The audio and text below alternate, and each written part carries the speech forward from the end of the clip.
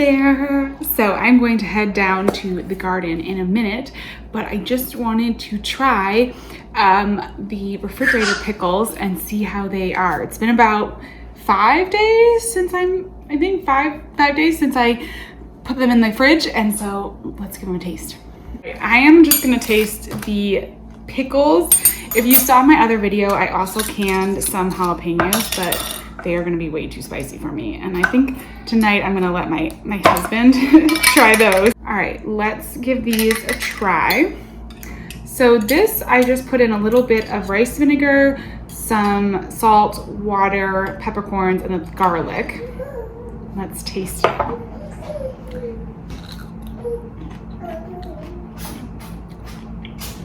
That's pretty good. Maybe a little salty. You saw the video, didn't really measure. I typically eyeball things, so I will know for next time. It's a very salty pickle, but it's pretty good. And the texture is perfect. Exactly what you want in a refrigerator pickle. I have not yet gotten into true canning, but refrigerator pickles are super easy and they're really yummy, especially in the summer when you're going through a lot of cucumbers. It's just like an easy way. Clean them, brine them. I'll link the video in the description. And you can just have easy, quick pickles. You don't have to worry about canning or worry about preserving and worry about all the issues and concerns that come with like real canning refrigerator pickles. Super, super fun. Okay, we're gonna go down and check out the garden. I saw a bunch of new flowers blooming out there. I actually harvested a ton of tomatoes the other day. The tomatoes are really coming in. I got my first berries, crazy cherries. Got a ton of the Juliet tomatoes. They are coming in tons and tons and tons. And then I'm starting to harvest a lot of ground cherries, and my daughter loves the ground cherries. So I am not really like a tomato person in general. I don't really like raw tomatoes. Like I love tomato sauce and pasta with tomatoes and everything. And so the ground cherries, even though they're a bit sweeter than tomatoes, they still kind of, I don't know, they kind of fall into that tomato category. I don't love them, but my daughter absolutely loves them. So that's pretty fun, and she's been enjoying those a lot. All right, I'm gonna put these in here and we'll go downstairs. All right, so we have a pretty warm July day here. We're getting into that real like heat of summer. It's definitely that time, but it also means that some of those later season perennials are starting to bloom and the zinnias are taking off and some of those flowers. Now I'm about to show you some of my favorite zinnias this year. If you have not started any zinnias and you live in kind of like a zone like I am, I'm in zone 7A here in Virginia, you have time. Zinnias will bloom. I think some of the varieties have like 35 days till bloom, and I have found that if you plant them this time of year when it's really, really warm out like this, they will just sprout and start growing so quickly. Many times over the last couple years, I have planted zinnias in July and then had flowers by the end of the summer. So if you see these and you like them and you haven't started any zinnias yet, or this variety, you still have time. You could totally still have some of these blooms in your garden as well. So we've got the Queen Lime series zinnias, which are just gorgeous. This is, I think, the Queen Lime orange, and then we have a Queen Lime red, which I don't usually go for orange. It's not typically my favorite color, but I think that's a really beautiful flower. And next to the coneflowers and the black-eyed Susans, it's really pretty stunning. I like it a lot. And then this is an apricot zinnia, oh, little bug on there, which is also a really pretty one. And I love how many of these central flowers there are. So it's nice to have kind of a mix of varieties. I like doing a few different kinds of zinnias. I think it's really pretty, and definitely the Queen Lime series. I've wanted to grow them for years, and for some reason I just didn't, and now I'm so glad I did. And I will always have Queen Lime zinnias in my garden. I think they're so beautiful. I'm trying not to step on my pumpkin vine. So this is my Jack B. Little pumpkin vine, which it's kind of growing like crazy. I don't see any, I mean, there's a few flowers. I don't see any pumpkins on it yet, but I'm trying to kind of let it spill and be wild, and then also be kind of fun. There's a little bit of pest damage but that's also just kind of par for the course. This time of year we end up getting, you know, a lot of pest damage, and typically it's not too bad. It doesn't bug things too much. You can see my lesser catmint is in its prime, and the anise hyssop, mango tango. I mean, this is just perennial central late July, and they are so beautiful. I actually really love this black petunias with the apricot kind of orangey anise hyssops, and then the white. I don't have a lot of white flowers in my garden. They can be sometimes a little distracting, like pull your eye almost too much, but I think the lesser catmint is a good one because it's just like kind of light and airy, and then the bees and all the pollinators just love it. They go absolutely crazy for it. And then another one of my favorite perennials, this is the Blackjack Gold's Black-Eyed Susan. So it has these cute little flowers. It's a nice big tall plant, so it would do well like in the back of a flower bed, but it has the cutest like little delicate, just adorable little Black-Eyed Susans, which, you know, a little different shape than, so over here I've got the traditional, which I think this bed, let's just take a second to look at this bed in general. How pretty does this all look? I think it's looking really nice, and you can see I have some of the typical Black-Eyed Susans, so they're a bit bigger. And then on the other side, I'll try to go slowly so I don't make you sick. On this side we have the Indian Summer Rudbeckia, so that Black-Eyed Susan is even yet again a bigger, fuller flower, but I like having like the three different styles. And this is one that I really love. I don't know what it is about just like being small like that, but it's sort of just delicate. It almost has like a daisy feel, even though of course it is a Black-Eyed Susan. My jigsaw peppers are going crazy. They are covered in peppers. I do have to come out here and take the flowers off of the sunset coleus.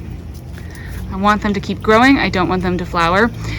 Coleus will flower and actually will reseed really, really readily. One year there's an ant on that.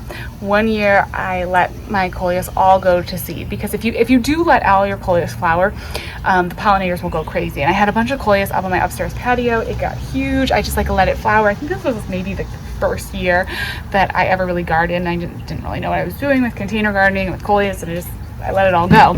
But it flowered everywhere and threw so many seeds all over. I mean, I had sprouts of coleus all in my garden for years afterwards. It was intense and kind of funny because I don't know, coleus you don't really think of as reseeding like that, and typically we don't let coleus flower, but if you do, it will go wild. And then speaking of seeding and things growing quickly, oh my goodness, the corn has sprouted. I think in like 3 or 4 days it sprouted, and now it's a couple inches tall and looking really good. I don't even want to knock on wood that so far nothing has bothered it yet. I do have the cloches over here to protect the corn, which I think has been good.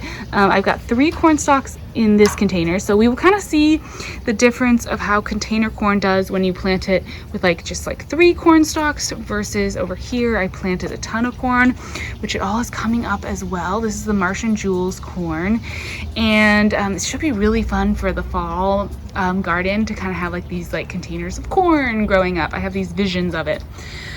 Oh, and the Gara has started to reflower again. Yeah, it's perennial central right now. I love the white Gara. I think it's so beautiful. Another whimsical little flower. This is not a perennial, but this pot is also looking really nice. Here's another perennial in its prime, the Pugster Blue Butterfly Bush. Look how pretty that color is. That one is doing really, really well. And then another update for the fall garden. So these are the pumpkin on a stick eggplant. So this is an eggplant. I don't know if these are technically edible, but they're typically grown for decoration. So they create these little pumpkins and then these will turn orange, and then once they get all their pumpkins on there and they've all turned orange, then I will harvest this, and I believe I will dry it, and then I can use it inside in flower arrangements and stuff, just to stick with all the little pumpkins on it. I'm so excited to see how that turns out, and it has been thrilled. It is such a vigorous, healthy plant. It looks so good. It's growing up nice and tall, covered in spines. It's very prickly, spiky plant, but it's just beautiful and tall and healthy, and it's going to be really fun. It's just to have, you know, just inside, maybe in a vase. A couple of the stalks will have little pumpkins on it. So I have to kind of see, like, you know, I don't want the pumpkins to rot on the stick before I have a chance to bring it up and dry it. So I guess I'll just wait until the bottom few are orange, and then we'll harvest it. I may have to see if I can find out any information on the exact process of that. And of course I will share it with you. But if you ever considered growing it, I was surprised at how vigorous and happy a plant it is. It's growing in a 15-gallon grow bag right now. There's like 2 plants in there, and it's doing really well.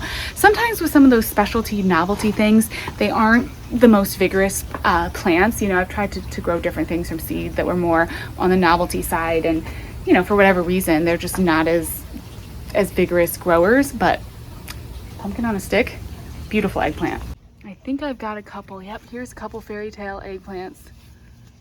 They're gonna get a little bit bigger. They are a smaller eggplant, so I'll harvest them in a little while, but how cute. And they're also a pretty plant. I mean, an eggplant, I think, personally anyways, I like the look of them as a plant. I think they look really nice and they're kind of fun. These are not very prickly, which is nice. They don't have too many spikes on them. I went to harvest a few of my eggplants that I have upstairs in the upstairs patio, and they really hurt my fingers. Like, they had so many crazy spikes, kind of like the pumpkin on a stick over there. Such a spiky eggplant. But the fairy tale eggplant is very, very mellow.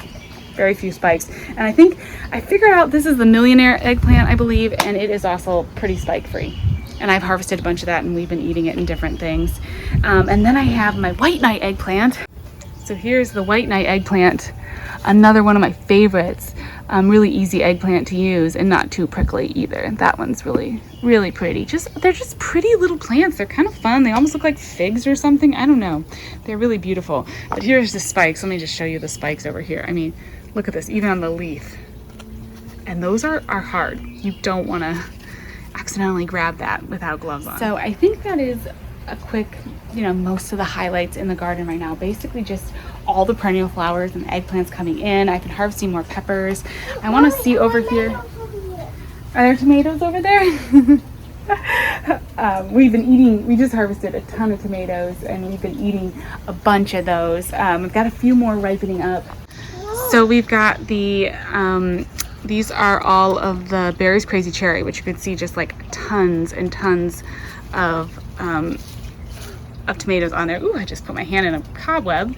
And then the Juliet tomatoes, we've been getting a bunch of those. They are coming in, and they are just such a great tomato. Like, they will just produce and produce and produce, and you will have just... I see one. Yeah, you will just have so many tomatoes. And then also, let me bring you over here, because we've also been harvesting a ton of these spoon tomatoes, which, let me see if I can get them out here. They're...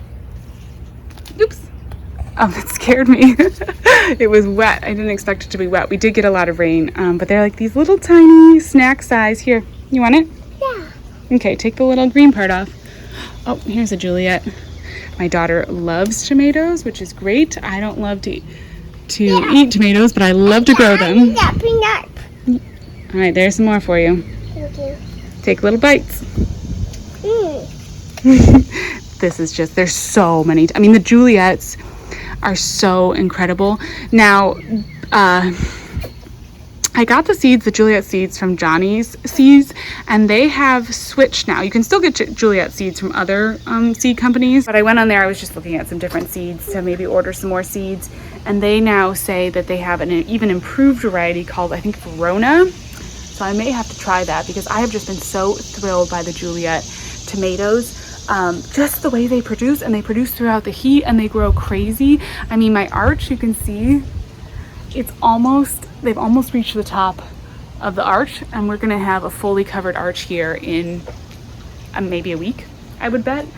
So pretty incredible, and there's just loaded tomatoes everywhere. I have not pruned these tomatoes. I've taken off a few of the lower leaves and a few of the kind of sick looking leaves, but I've just been kind of letting it grow wild over this arch. I love the tomatoes on the arch. That's to me is just so fun. They grow really well in it, and it makes it easy to harvest and all of that. I'll try those again. Oh, those aren't red yet. I have a bunch inside. I picked a bunch of them and put them inside. No, I like that one too red. You see a red one? Yeah, I see one right there. Oh, okay. All right. Well, we are going to harvest some more of these red tomatoes.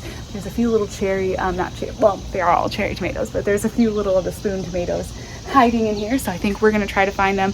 But as always, thank you so much for watching, and I'll talk to you again soon. Bye. Let's try some of the ground cherries too. Here you go. You want? These are everywhere. There, you want one of those? Yep, I could try. Okay. Can you get off the show? Yeah. There you go.